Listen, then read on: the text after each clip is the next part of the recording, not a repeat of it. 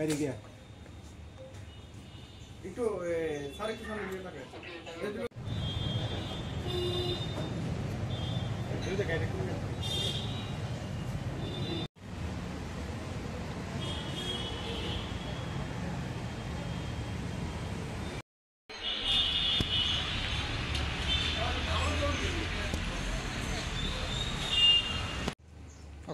কখন একটু রাত না আমরা বরতলা এবং তার সংলগ্ন এলাকা যেগুলি মানে ফ্লাইওভারের নিচে এবং বরতলা ব্রিজের নিচে জয়পুর জয়নগর এই সমস্ত এলাকাতে একজন ব্যক্তিকে আইডেন্টিফাই করতে চেষ্টা করছিলাম, যার নাম হচ্ছে সুমন দাস।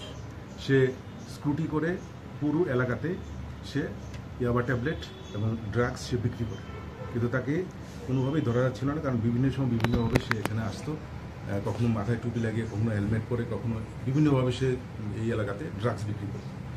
তো ফাইনালি পশ্চিম থানার ওসি রানা চ্যাটার্জি এবং বরতলা ফাঁড়ি থানার ওসি শুভদীপ ওনারা একটা টিম তৈরি করে এবং গত 3-4 দিন যাবৎ মানে সিভিল ড্রেসে ওর পেছনে ধাওয়া করতে করতে গতকালকে ওকে আটকানো সম্ভব হয়েছে। এবং তার স্কুটি থেকে হিরোইন পাওয়া গেছে 9 গ্রাম এবং ইয়াবা ট্যাবলেট 350টি তার স্কুটির মধ্যে এগুলি পাওয়া যায়। অ্যাকর্ডিংলি তার বিরুদ্ধে একটি স্পেসিফিক কেস নেওয়া হয়েছে NDPS-এ 130/25।